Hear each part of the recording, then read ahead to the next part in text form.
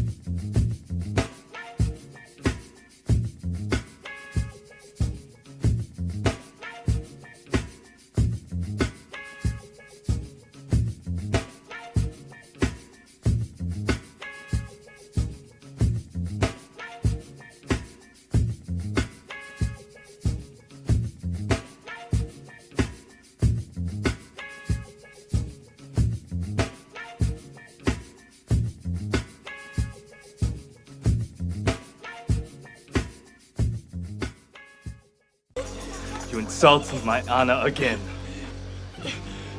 and I kill you. Good afternoon, this is your man, Who Did It? Who Did It this time? Coming at you with another episode to the classic series, another installment, another gem dropped in the sand. Reality clips, and on this one we are going to concentrate on restraint and barriers. The other day I had a chance to go to the zoo with my loved ones, and I observed all of the beasts in the area. I'm really big into the big cats and the carnivores. Nothing against the big herbivores like the giraffes and the elephants, because I know they are colossal when it comes to observation for us folks who like to watch nature and the nature narratives, which will be another great subtitle, nature narratives. But we're going to concentrate on the restraints and the restrictions at the zoo. So like I said, man, I had a chance to observe, man, your lions, your tigers, some of the wolves, and even the little carnivores like the ocelot, which is like my third favorite animal. It is one of the most gorgeous mammals God has ever created. And as I'm looking at them, I see some fake tough guys, little kids, predominantly suburban, well off, no real common sense, no safety awareness, not even the slightest touch of accountability from the parents either. They see the thick glass, they see it. They see where it says certain habitats and certain encounters say don't bang on the glass, don't put your fingers through the bars, don't throw food into the cage. But because they have those restrictions, because they have those people surrounding them, they want to act bad, they want to act tough. They want to blow snot bubbles and blow spit bubbles and throw up gang signs. I even saw some fools throwing up gang signs. They want to take selfies in front of the tigers and the lions while they sit there and look drugged up. Some of them are facing depression. And I can't think for an animal like a lion or a tiger, but we all do, especially when you have any type of empathy. Can it be taught, or is it inherent by your parents? Or is it hereditary? It's just something that's around you.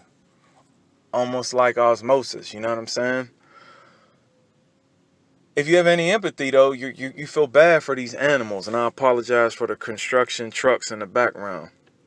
I'm about to hit the gym, so they're always constantly building here in Western Pennsylvania, I swear. Shout out to my boy Andrew Walk and all of the surrounding neighborhoods around the burg. But yeah, man. So I'm sitting there watching these people do all this, and I'm like, man, that animal got to be thinking, if you ever was to fall in here, it would be when animals attack part 33 or part 34, whatever, you know, when animals are too close to call. They rip your head off, man. That tiger would spend maybe 10 seconds of playing with you until you are no longer a living human being. And I empathize with those animals, not because I'm animalistic, but because I understand that if it wasn't for the Most High, I would be wild and crazy and deranged my daggone self.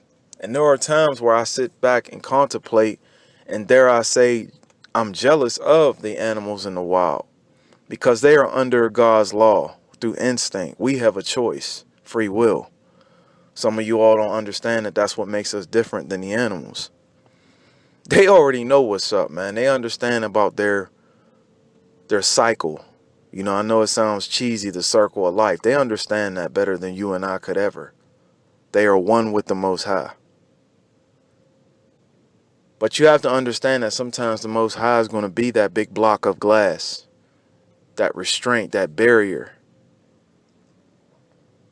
that Holy Spirit of knowing that, you know, if you wasn't in your right mind, you may have been incarcerated from taking a man or woman off this planet accidentally or with your own cruel intentions. Taking somebody off the planet, taking a mother or a father or a brother, you know, fill in the blank, off the planet, man. And it's crazy because, you know, most of us who are on this platform can relate to being temperamental. I'm about to go into a gym. You ever observe somebody who's so afraid to even offer you a spot on the bench? You know what I mean? Not that I'm into that type of such a thing, but I remember being like a person who, if I need a 45-pound plate and you need a 45-pound plate, go ahead and do it. I'll be over here doing these sit-ups, and then just let me know when you finish. That don't mean I'm being weak. That means I'm practicing patience, and I'm trying to display some type of humanity in this gym.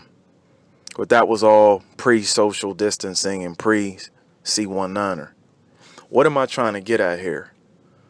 The Lord has got to be your restraint at all times, man. Because if not, I'm telling you, when you break free, you might lose your mind, dog. Especially nowadays. Some of these people who have the solution, they don't understand that their ulterior motives are no longer theirs. They are no longer under the same instruction that you and I may be. And those of you all who went out there and got the solution, or as my boy HD says, the googly moogly, this ain't no shade thrown towards you as long as you understand that when you did that, just like me who did not do that, we should be on the same page of giving God all the glory, and he's the one that's ordering our steps. Whether you got it or not, man. Because we clearly know that you can have it or not have it and you still get ill. So all of that narrative is hogwash. Throw it out with the baby water, you know what I'm saying? But anyhow, the Lord has got to be your restraint, and he's got to be your barrier. Sometimes he'll set up barriers for you to take a detour, like the driving lessons series. And it doesn't mean you're lost per se, it's just saving your life. Because you made a left turn, you dodged the tree branch that might fall. Metaphorically speaking, because you took a detour, homie, you no longer have to deal with the foolishness. Because you showed patience and you might have went through a storm or two, now you can reap the benefits. There are several benefits to obedience. I know the manual, which would be the Bible in my sense, is pretty much outdated. Some of you new agers, some of you woke folk. That manual is outdated, I know. It's fairy tales, I know. We don't even know what we're talking about. But if you look outside, you tell me what's going on out here. And this isn't a church session. This is not a service. And I'm not here to preach to you. I'm here to give you metaphoric drawings and analogies that apply to our daily lives. That is it. Visualize that animal. And I like to consider myself in the big cat family. I don't necessarily have to be the king. Every now and then I like to think, my mane is pretty much brushed out in its full entirety and I'm in my prime like a lion. But hey, that tiger's a bad mother effer. That orca out there in all of the different oceans and, bodies of water, he's the baddest in his habitat. Check this out. You can't tell that gray wolf nothing in North America. You can't tell that black mamba snake zero. You can't tell that tarantula at a certain time at night. He's the most dangerous predator. I get it. And then you don't have to even necessarily want beef. You could be an omnivore. You could be an herbivore, like such is life with a elephant. Someone who is just a peaceful person. Some of my best friends was the big offensive lineman who you'd have to be a fool to try to fight him hand to hand. You got to hit him with like a crowbar or something. You feel me? 6'7", 330, man.